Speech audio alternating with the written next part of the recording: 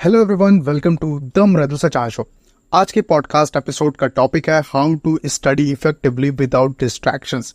इस पर बात करने के लिए मेरे साथ हैं one of India's top educator Vinay Mishra, and I don't think इस टॉपिक पर बात करने के लिए इनसे बेटर कोई गेस्ट हो सकता है। Welcome sir. एंड सबसे पहले तो बताइए कि आपको द मृदु सचान शो में थर्ड टाइम आकर कैसा लग रहा है? Thank you Mridul, thank you so much. आप बहुत अच्छा लग रहा है, जैसा कि मैं पहले भी कई बार आपके शो को ज्वाइन कर चुका हूँ।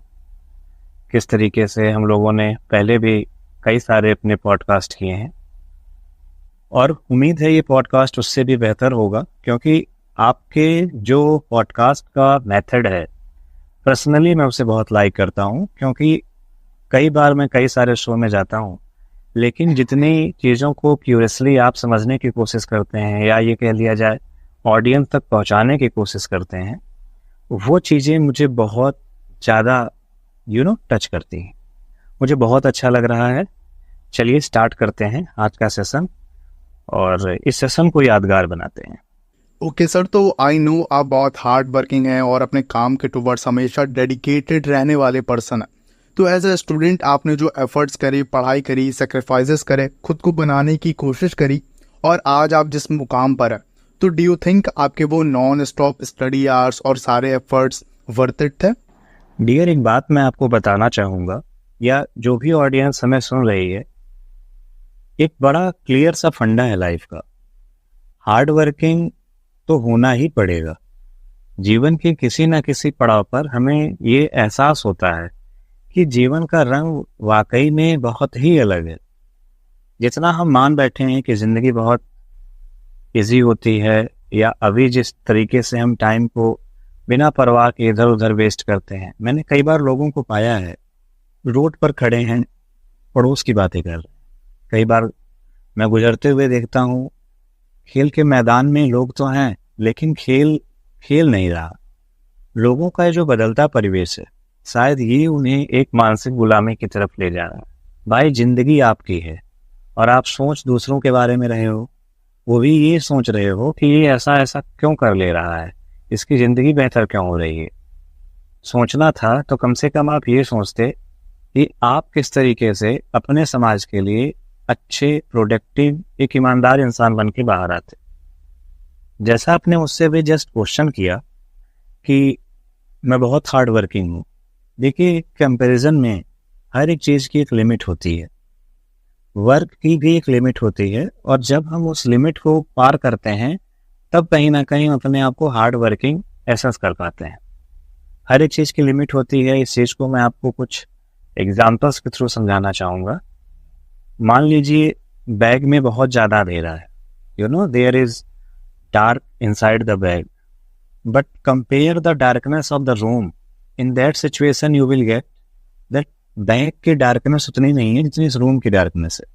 अब सोचो, ये रूम डार्क है, चलो छोड़ो, ये बिल्डिंग पूरी डार्क हो जाए तो क्या रूम की डार्कनेस का कोई एंड है? नहीं, अब तो उसकी लिमिट ज़्यादा हो गई। तो इसी तरीके से हर चीज़ की कहीं ना कहीं एक लिमिट होती है। डार्कनेस की भी अपनी लिमिट है और लाइट की भी अपनी एक लिमिट है। घर के बल्ब में इतनी पावर है कि आपके कमरे को तो पूरा पूरा उजाला कर देगा, लेकिन क्या ये ज़रूरी है कि बाहर पूरे मोहल्ले को उजाला कर देगा? आप कहीं मत जाओ, सन को ले लो, क्या सन पूरे यूनिवर्स को उजाला दे सकता है? नहीं दे सकता। तो रिप्लाई बड़ा सिंपल सा है, हर एक चीज़ की लिमिट होती है। हमारे लाइफ में भी एक लिमिट तक हम चीज़ों को प्रॉपर बैलेंस करने के लिए बहुत तेज़ी से दौड़ लगाते हैं। कुछ लोग थक कर गिर जाते हैं, कुछ थक कर उठने के लिए कोशिश करते हैं लेकिन उठ नहीं पाते, और कुछ हैं जो पूरी तरीके से बहुत ज़्यादा एफर्ट करके आगे बढ़ते हैं। तो लाइफ है पूरी तरह से, जिसको कहते हैं ना कि तन मन धन सब कुछ लगा देना है, तब जा करके हम कामयाबी के शिखर को छू पाते हैं। ठीक है। और रही बात एज ए स्टूडेंट एफर्ट करने की, जब मैं क्लास 8th में था तब से ही कहीं ना कहीं इंग्लिश पढ़ने का एक जो जुनून था वो मन में लगा हुआ था। सेक्रीफाइस करने की अगर बात आए कि क्या क्या हमने सेक्रीफाइसेस किए, तो देखो सेक्रीफाइस हमने कुछ नहीं किया, और ये कह लिया जाए कि जिन चीज़ों को हम ये कहें कि हमने इनका सेक्रीफाइस किया, हालांकि उन चीज़ों के लिए आप बने हो, ये मकसद ही गलत हो गया। इस बात को थोड़ा सा मैं सरल भाषा में समझाऊं, जटिलता यहाँ पर शोभायमान नहीं होगी। अगर मैं ये कह रहा हूँ कि देखो भाई ऐसा है, हमने एक सेक्रीफाइस ये किया कि बच्चे गेम खेलते थे, मैंने गेम नहीं खेला।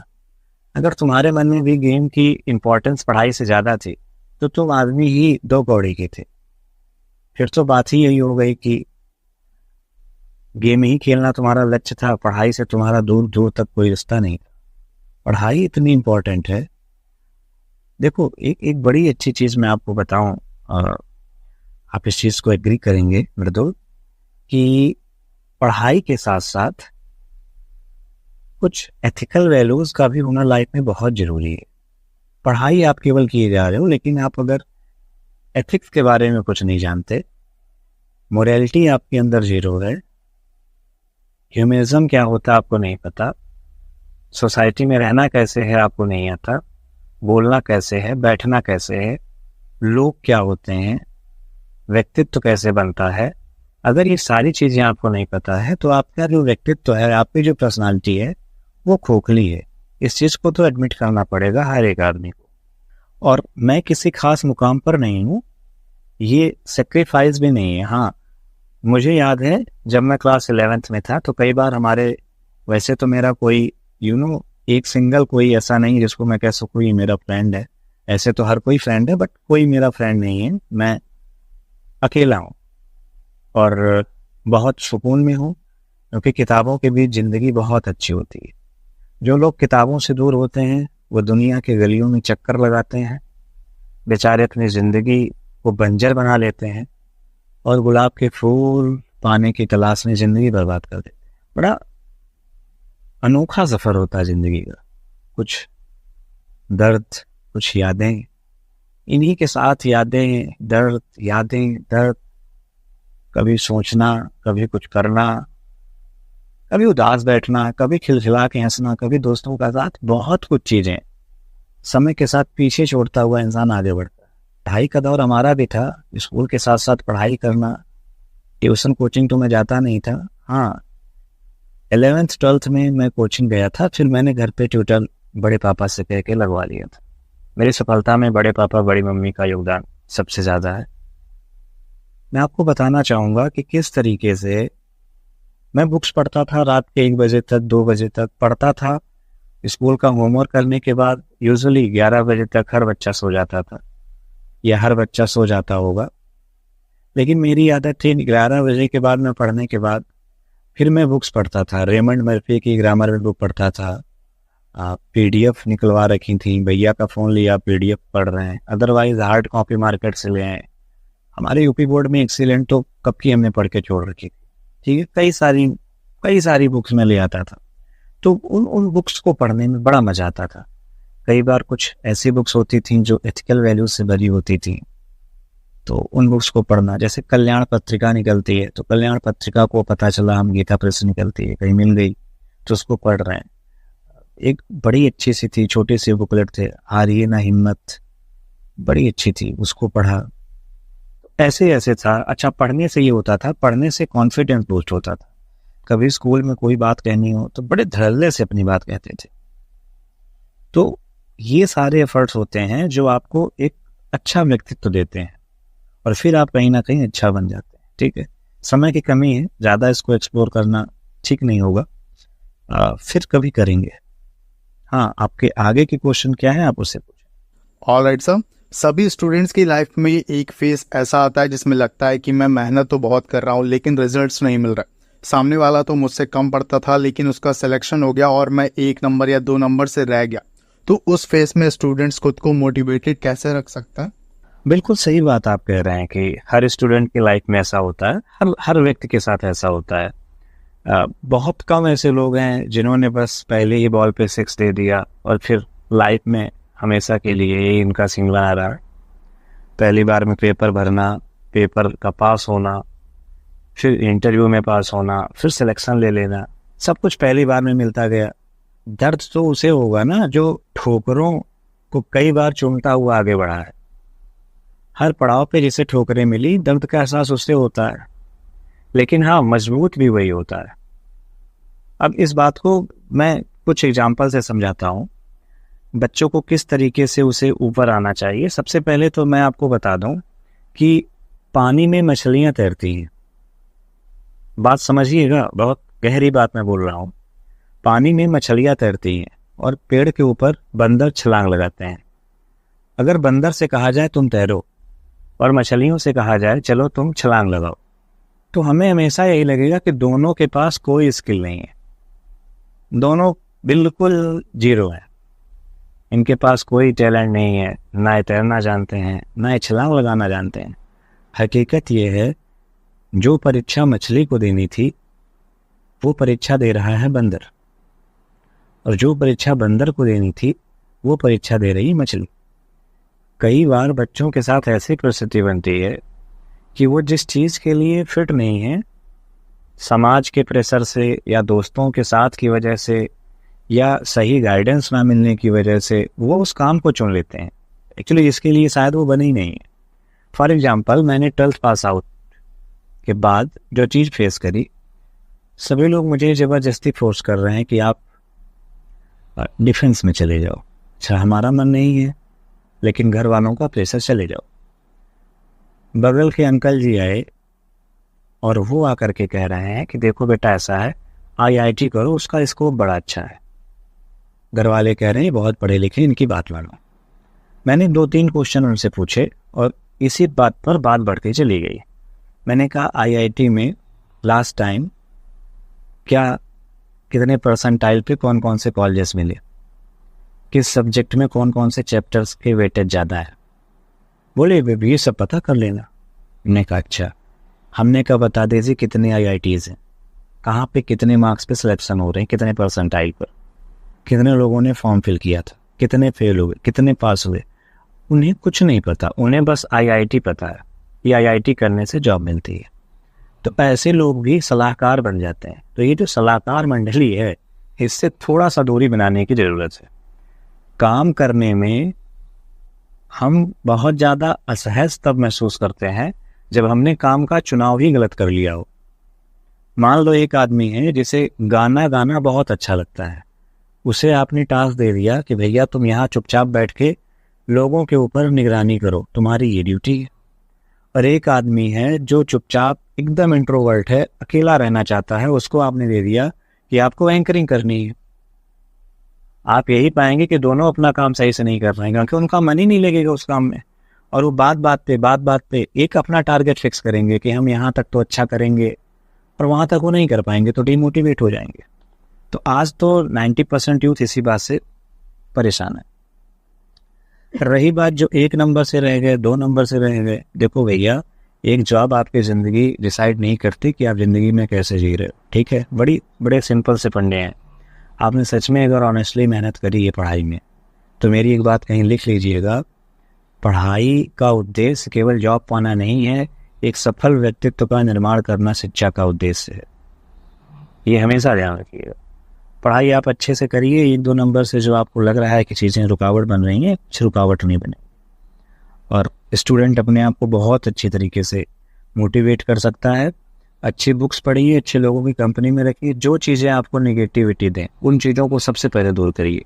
लोग, माहौल, ठीक है, उसे सबसे पहले दूर कर दीजिए। ये भी नहीं कह रहा हूँ कि आइसोलेट करिए खुद को, उनको दूर करिए तो अच्छे लोगों के पास हो जाइए। बीच में अकेले मत रुक जाइएगा, क्योंकि अकेले रुके तो आप अवसादग्रस्त हो जाएंगे, डिप्रेशन में चले जाएंगे, ठीक है। तो सबसे बेहतर तरीका है ये जानने का कि आप बुरे लोगों से दूर हुए। हर व्यक्ति को पता होता है कितने लोग हैं जिनके व्हाट्सएप में ऐसे ग्रुप हैं जहाँ डेली द हिंदू का न्यूज़पेपर आ जाता है, डेली क्या क्या करंट हो रहा है वो पता चल जाता है। बड़े कम लोग होंगे। कितने लोग हैं जिनके व्हाट्सएप ग्रुप में कोई ऐसे ग्रुप में जुड़े हैं जहाँ पे इम्पोर्टेंट बुक्स आती हों। लेकिन देखो, फन वीडियोज़ के तो कई सारे ग्रुप बना रखे हैं लोगों ने। रील देखने के पास तो इनके पास कोई समय है। ये चीज़ें गलत हैं, ये चीज़ें नहीं होनी चाहिए। अदर थिंग, 2 पहलवान लड़ाई कर रहे हैं, एक पहलवान जीत गया, दूसरा हार गया, तो जो हार गया वो भी पहलवान है। इस बात को समझो। मैंने क्या कहा? दो पहलवान लड़ाई कर रहे हैं, एक जीत गया एक हार गया, तो जो जीत गया वो पहलवान है, अच्छी बात, लेकिन जो हार गया वो भी पहलवान है। तो जिसके 2 नंबर कम आए, आप बस ये समझिए कि बस आप 2 स्टेप पहले आके रुके हैं, आप 2 स्टेप पहले आके रुके हैं और 2 स्टेप आगे जाके रुका। लेकिन एक चीज़ याद रखिएगा, आगे पीछे हुआ जा सकता है, लेकिन जिसके पास पढ़ाई है, नॉलेज है, लाइफ में आगे वही है। आप जॉब ले लिया एक, लेकिन आपको नहीं पता है ज़िंदगी जीनी कैसे है, तो फिर सब बेकार है। इसलिए मोटिवेट रखना, मोटिवेट होना और मोटिवेट हमेशा के लिए बने रहना, ये हमारी खुद की एबिलिटी होती है। हमें किसी पे डिपेंड नहीं होना चाहिए। सबसे अच्छी बात, अच्छी बुक्स पढ़िए। कुछ बुक्स के नाम मैं सजेस्ट कर देता हूँ, जैसे जे कृष्णमूर्ति की बुक है जिंतु कृष्णमूर्ति, उनकी कई सारी बुक्स हैं, इनको आप लीजिए, पढ़िए। हार्ड कॉपी पढ़ने की आदत बनाइए, सॉफ्ट कॉपी की सजेशन मैं नहीं देता। और आप देखेंगे बहुत सारी चीज़ें चेंज हो रही हैं। इंटेलेक्चुअली आपको बहुत ग्रो करना है तो how prime minister take decision पढ़िए, नॉलेज बढ़ेगी कहीं ना कहीं। ऑलराइट, आपके according what is more important, discipline और मोटिवेशन? देखिए, आपने मुझसे पूछा कि क्या ज़्यादा ज़रूरी है, अनुशासन या मोटिवेशन। आपने एक चीज़ लगाया है, डिसिप्लिन और मोटिवेशन। शायद मैं सही सुन पाया, डिसिप्लिन और मोटिवेशन। थोड़ा सा इम्प्रूवमेंट की नीड है शायद क्वेश्चन में। अगर मैं किसी से पूछूं कि ज़िंदगी में एक चैन की ज़िंदगी जीने के लिए क्या इम्पोर्टेंट है, पैसा या हेल्थ, तो यह शब्द शायद गलत है, दोनों ज़रूरी हैं। या थोड़ा और सिंपल करें जिससे ऑडियंस समझ पाए, अगर आपको ज़िंदा रहना है तो सांसें ज़रूरी हैं या पानी, तो दोनों ज़रूरी है। सांसें भी ज़रूरी है, पानी भी ज़रूरी है। ठीक ऐसे ही डिसिप्लिन भी ज़रूरी है, मोटिवेशन भी ज़रूरी है, और सबसे ज़्यादा ज़रूरी की अगर हम बात करें तो डिसिप्लिन। देखो, बिना मोटिवेशन के आप रह सकते हो, लेकिन बिना डिसिप्लिन के आप नहीं रह सकते। डिसिप्लिन क्या है, इस चीज़ को आप इस तरीके से अंडरस्टैंड करो कि हर चीज़ एक प्रॉपर सिस्टम को फॉलो करे, ये डिसिप्लिन है। आपने कभी देखा कि नाक कभी भी सूंघने के अलावा सुनने का काम करे, या जीभ कभी टेस्ट के अलावा स्मेल का काम करे? नहीं हो सकता। जिस ट्रैक के लिए जो बना वही काम कर रहा है, दैट डिसिप्लिन। कई बार ट्रैक हम डिसाइड करते हैं, कई बार कोई और डिसाइड करके चला जाता है, दैट नॉट मैटर्स। आप अगर उसमें फिट हैं तो बोले, नहीं फिट हैं तो अपोज करें, because you are human being. ठीक है, तो लाइफ में डिसिप्लिन मोटिवेशन दोनों ही एक ही सिक्के के 2 अलग अलग पहलू हैं। तो उनको इस तरीके से हमें कभी नहीं लेना है कि हम डिसिप्लिन माइंडेड हैं, हमें मोटिवेशन की नीड नहीं है। एक्चुअली जब हम डिसिप्लिन माइंड होते हैं तो हम मोटिवेट अपने आप हो जाते हैं, ये थोड़ा सा हमें फ़ायदा मिलता है। ठीक है, बाकी हमें कहें केवल मोटिवेट होकर घूम रहे हैं, डिसिप्लिन नहीं है, तो ये गलत है। डिसिप्लिन के बाद मोटिवेशन आ सकता है, लेकिन केवल मोटिवेशन से डिसिप्लिन नहीं आ सकता। तो बड़ा लॉजिकली इस बात को समझना है और एग्री करना है। ओके, अगले पे चलेंगे और बहुत सारे क्वेश्चन हैं, तो अभी बहुत सारे बातें हम लोगों को करनी है। एक स्टूडेंट की लाइफ में बहुत कुछ चल रहा होता है, हजारों तरह के डिस्ट्रैक्शंस होते हैं, पेरेंट्स की एक्सपेक्टेशन पर खड़े उतरने का प्रेशर होता है, फेल होने का डर होता है। तो इतनी सारी चीज़ों के बावजूद एक स्टूडेंट खुद को डिसिप्लिन में या अपनी स्टडीज़ में कंसिस्टेंट कैसे रखे? बहुत ही अच्छा क्वेश्चन आपने पूछा है कि बहुत कुछ चल रहा होता है एक स्टूडेंट की लाइफ में, पेरेंट्स की एक्सपेक्टेशंस होती हैं, ठीक है, और प्रेशर होता है हर एक चीज़ का। फेल हो गए तो उसका अलग डर है। फिर स्टूडेंट अपने आप को किस तरीके से डिसिप्लिन रहे या कंसंट्रेट होकर के आगे बढ़े।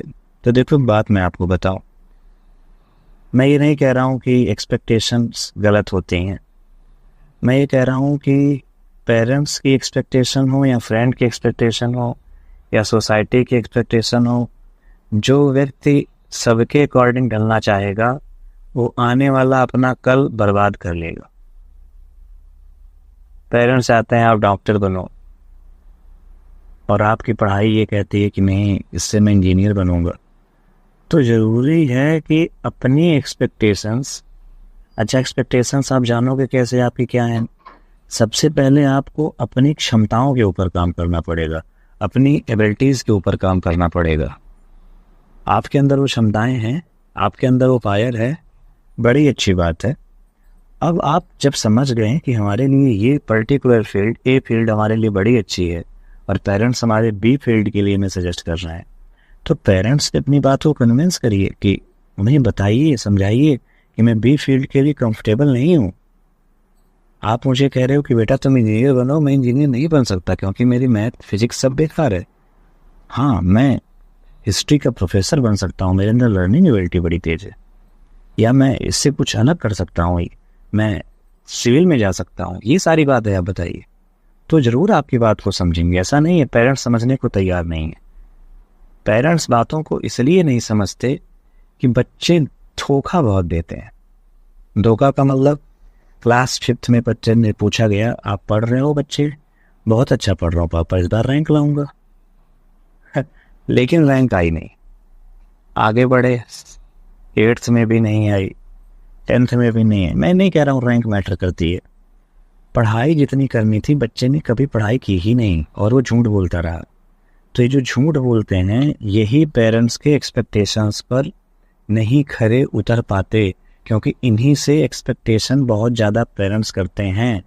और जो बच्चे पढ़ने में अच्छे हैं, पेरेंट्स उनसे एक्सपेक्टेशन ये नहीं करते हैं कि जो एक्सपेक्ट हम कर रहे हैं ये वही पूरा करेंगे, हमारी इच्छाओं पे खरे उतरेंगे। नहीं, पेरेंट्स उनसे कहते हैं आप जो करना चाहते हो करो, हम पीछे से आपका सपोर्ट कर रहे हैं। तो पेरेंट्स जो चाहते हैं वो हम करें, ये उन स्टूडेंट के लिए वैलिड होता है जिन्होंने कभी ढंग से पढ़ाई नहीं करी।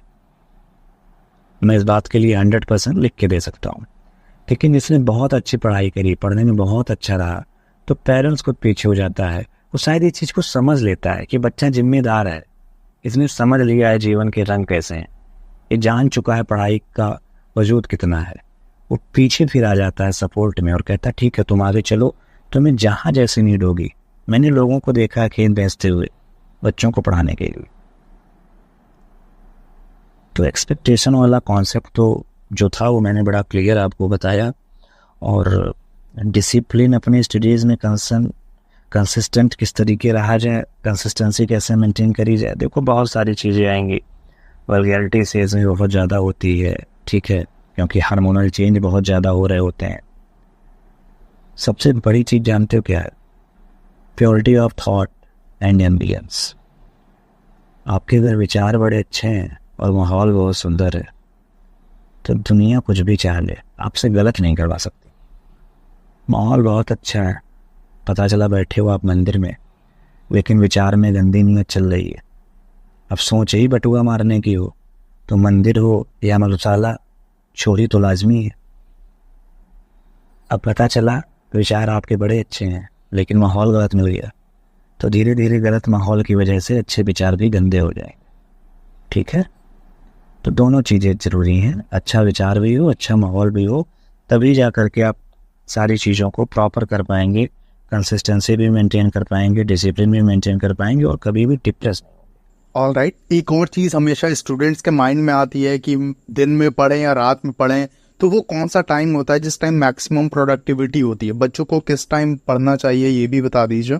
बड़ा अच्छा क्वेश्चन आपने किया और काफ़ी, हालांकि इस क्वेश्चन की इम्पोर्टेंस, चलिए आपने पूछा तो मैं बताता ज़रूर हूँ कि स्टूडेंट के मन में आता है कि दिन में पढ़ें, रात में पढ़ें, सुबह पढ़ें, शाम पढ़ें। कई बार लोग कहते हैं सुबह 4 बजे उठ के पढ़ोगे तो बुद्धि बढ़ेगी, कई बार लोग कहते हैं रात में पढ़ोगे तो बुद्धि बढ़ेगी। बच्चा कंफ्यूज, माने तो किसकी माने। अच्छा, वीडियो भी मिल जाती है अगर वो सर्च करे, लॉजिक कहीं नहीं है, बस बोले जा रहे हैं। एक बात बताओ, एक आदमी ऐसा है जिसके घर में दिन में आटे की चक्की चलती है और उससे तुम कह रहे हो एक काम करो दिन में तुम बैठ के पढ़ो, नहीं पढ़ा जा सकता, उसके लिए रात ही बेहतर है। और एक ऐसा आदमी जिसके घर पे लाइट की कोई प्रॉपर व्यवस्था नहीं है, उस बच्चे से आप कह रहे हो देखो ऐसा है, प्रॉपर व्यवस्था का मतलब इन्वर्टर नहीं है, लाइट आ रही है जा रही है, जीवन कुल मिलाकर के सरकारी लाइट पर ही आश्रित है।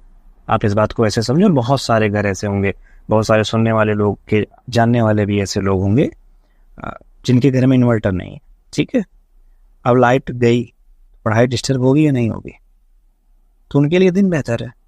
अब ये आपको डिपेंड, अब देखिए यही पर बात आती है पढ़ना आपको है तो कब बेहतर आप हो पाओगे ये आपको डिसाइड करना है। किस टाइम में आप कंफर्टेबल फील कर रहे हो ये आपको डिसाइड करना है। देखिए, एक चीज़ तो मैं बताना चाहूँगा कि रात की नींद बहुत ज़रूरी है। कई बार बच्चे गलती करते हैं, कहते हैं नहीं रात भर पढ़ लो, अच्छे से पढ़ाई हो जाती है, दिन भर सो लो। तो बेटा हो तो जाएगा, लेकिन कहीं ना कहीं 80 to 90% केसेस ऐसे मैंने पढ़े हैं कि ऐसा करने के बाद फिर आप कहीं ना कहीं अपने हेल्थ के साथ खेल रहे होते हो। देखो, पढ़ाई ज़रूरी है, उससे पहले आपकी हेल्थ ज़रूरी है और सबसे पहले आपका करेक्टर ज़रूरी है। लेकिन हेल्थ में बच्चा क्या करता है, रात में पढ़ लेता है, रात में पता चला उसने 4 बजे तक पढ़ाई की और सुबह 10 बजे उठ रहा है। अगर सब कुछ प्रॉपर है तो पढ़ाई करने का जो एक एक्चुअल शेड्यूल है, कभी पढ़ाई को बोझ ना बनाएं। छोटे छोटे टारगेट, सबसे पहले तो एक डायरी मेंटेन करें, बार बार कहता हूँ डायरी मेंटेन करें, उसमें टारगेट अपना जरूर लिख लें कि कल हमें इतने इतने काम करने हैं, इससे ज़्यादा नहीं। बस रिलैक्स होके चिल मार के अच्छे से पढ़ाई करो। रात को ज़्यादा नहीं पढ़ना है। रात को अगर आपको लगता है कि नींद आपको नहीं आती, सुबह आपको उठने में दिक्कत होती, मत उठिए सुबह। कोई ज़रूरी नहीं कि आप 4 बजे उठो, 5 बजे उठो, या अगर उठो भी तो पढ़ो ही, ऐसा नहीं है। उठने का मकसद केवल पढ़ने से नहीं है। सबसे बेहतर काम तो ये है कि आप हर हाल में 12 बजे तक सो जाएं, हो सके तो 11 बजे तक सो जाएं। सुबह एक बार 5 बजे तक 6 बजे तक उठें, धूप ना निकली हो, आराम से थोड़ा सा टहल लें। और टहल भी नहीं सकते तो कुर्सी लगा के छत के ऊपर ही बैठ लो, चिड़िया बोल रही होगी, चहचहाहट सुनो, तुम्हें एक अलग सा महसूस होगा। उस दिन का दिन बड़ा प्रोडक्टिव होगा। ये तो हमेशा ध्यान रखना। मैं नहीं कह रहा हूँ कि उठ के पढ़ने ही लोगो, मैं बता रहा था दिन की शुरुआत कैसे करो। फिर पढ़ने के लिए बेहतर समय नहीं आपको खोजना पड़ेगा, हर समय ही बेहतर बन जाएगा। बेहतर समय वो खोज रहे होते हैं जो पूरे समय को बदतर बना चुके हैं। जो पढ़ने वाला है उसके लिए हर समय बेहतर है, हर समय पढ़ना ही है। और पढ़ने का मतलब, फिर बता दूं, पढ़ने का मतलब केवल किताबों से नहीं, पढ़ने का मतलब सीखने से है। परिस्थितियों से सीखना, लोगों से सीखना, हर समय सीखना है, हर समय पढ़ना है। कई बार किताबें साथ होंगी तो कई बार लोग, कई बार समाज, कई बार यादें, ये सब गहरी बातें हैं। फिलहाल आपने पूछा कब पढ़ना चाहिए, तो एक तो शेड्यूल ये हो गया। दूसरा, अब पता चल रहा है कि आप भाई नहीं ऐसा कर पा रहे हो, एग्जाम करीब है, तो ठीक है, अपना 1 बजे तक, ज़्यादा से ज़्यादा 2 बजे तक पढ़ो। इसके बाद सुबह आप बढ़िया से 9 बजे तक उठ जाओ, क्योंकि इम्पटी स्टमक आप रहोगे, आप तो नींद में हो, आपको पता नहीं चलेगा। लेकिन जब आपका स्टमक इम्पटी होगा, खाली पेट होगा, तो अंदर का जो HCl है वो धीरे धीरे धीरे धीरे धीरे धीरे एसिडिटी बढ़ाता रहेगा। और वो एसिडिटी जब एक बार ब्लड में ऐड होती है तो फिर बहुत सारी बीमारियां आती हैं। अगर आप वाग्भट जी को सुनते हैं, राजू दीक्षित को सुनते हैं, बहुत सारी बीमारियां फिर आती हैं। उन चीज़ों को नहीं करना है। ओके, तो अब बताइए कि अगर हम किसी भी एग्जाम की तैयारी कर रहे हैं तो नोट्स बनाने की कितनी इंपॉर्टेंस होती है, और हमें क्लास के टाइम खुद से नोट्स बनाने चाहिए या दूसरों के नोट्स ले लेंगे तो वो भी उतने ही फ्रूटफुल होंगे? बहुत बढ़िया क्वेश्चन है कि एग्ज़ाम की तैयारी में नोट्स का क्या रोल है। देखो, एग्ज़ाम की तैयारी में नोट्स का क्या रोल है, इस बात को कुछ ऐसे समझो कि आपको कभी आप इस तरीके से समझिएगा, आपसे कहा जाए कि मैं आपको कुछ क्वेश्चन दे रहा हूँ और इन क्वेश्चन को सॉल्व करिए। तो कई बार हम विदाउट पेन एंड पेपर उस क्वेश्चन को सॉल्व करने की कोशिश करते हैं और काफ़ी हद तक कर भी ले जाते हैं। लेकिन ये बताएं, ये प्रोसेस सरल था बिना कॉपी पेन के सॉल्व करना या कॉपी पेन ले करके कैलकुलेशन करना? ऑब्वियस सी बात है, सरल होगा कॉपी पेन के साथ कैलकुलेशन करना। क्या सीखने को मिला? सीखने को मिला कि जब हमारे पास नोट्स होते हैं ना, तो हमारी लाइफ में स्ट्रेस कम हो जाता है। भाई, नोट्स बनाने का तरीका है, जब पूरी चीज़ें प्रॉपर समझ में आ जाए तो अपनी लैंग्वेज में नोट्स बनाओ। किसी के नोट्स कॉपी मत करो, आपके नोट्स अपने खुद के होने चाहिए। किसी के नोट्स आप ले लोगे तो वो फ्रूटफुल तो नहीं कहा जाएगा। हाँ, ये कह सकते हैं कि आपको थोड़ा सा आइडिया लग जाएगा नोट्स बनाना कैसे। लेकिन मेरा अपना मानना ऐसा है कि आप 10 लोगों के नोट्स मत लो। हाँ, देख लो, पहले आप चैप्टर को पढ़ो। मान लो आज हमें अर्थ पढ़ना है तो पहले अर्थ को हम पढ़ेंगे, मल्टीपल सोर्सेस से पढ़ेंगे, रफली उसके पॉइंट नोट करेंगे, एंड फाइनल जा करके हम एक फाइनल शेप में हम क्या करेंगे, उसको प्रॉपर नोट करेंगे, ठीक है, और प्रॉपर उसका फेयर बनाएंगे। तब वो जा करके चीज़ें क्या होंगी, बेहतर होंगी। ऑलराइट सर, तो आप क्या मैसेज देना चाहेंगे स्टूडेंट्स को द मृदुल सचान शो के जरिए? देखिए, जितने भी क्वेश्चन आप कर रहे हैं सारे क्वेश्चन इम्पोर्टेंट हैं, और बच्चों को तो मेरा एक ही मैसेज है, अच्छे से पढ़िए। और अगर आपको लगता है कि ऐसे किसी और सेशन की ज़रूरत है तो मैं ज़रूर समय निकाल करके मृदुल के संग बातें करना चाहूँगा। Really I like very much talking with Mridul. जो क्वेश्चंस हैं रियली बहुत ज़्यादा हेल्पफुल होते हैं तमाम उन लोगों के लिए जो अपने आप को निखारना चाहते हैं। और फिर कभी इसी तरह के टॉपिक पर हम लोग बात करेंगे, या होप सो इसका हम लोग पार्ट 2 लेकर ज़रूर आएंगे। ऑलराइट सर, तो बहुत अच्छा लगा आपसे बात करके। आपने अनफिल्टर्ड होके आंसर्स दिए उन क्वेश्चंस के जो मैं एक ऐसे पर्सन से पूछना चाहता था जो एकेडमिक्स में अच्छा रहा हो और अब भी अपनी लाइफ में अच्छा फोड़ रहा हो। Thank you so much sir for joining and your valuable time. आप सभी को भी थैंक यू इस एपिसोड को एंड तक सुनने के लिए। आई होप आज का एपिसोड आपको हेल्प करेगा आपके स्टडीज में बेटर परफॉर्म करने के लिए। ऐसे ही और इन्फॉर्मेटिव एपिसोड्स के लिए द मृदुल सचान शो को फॉलो और सब्सक्राइब करें।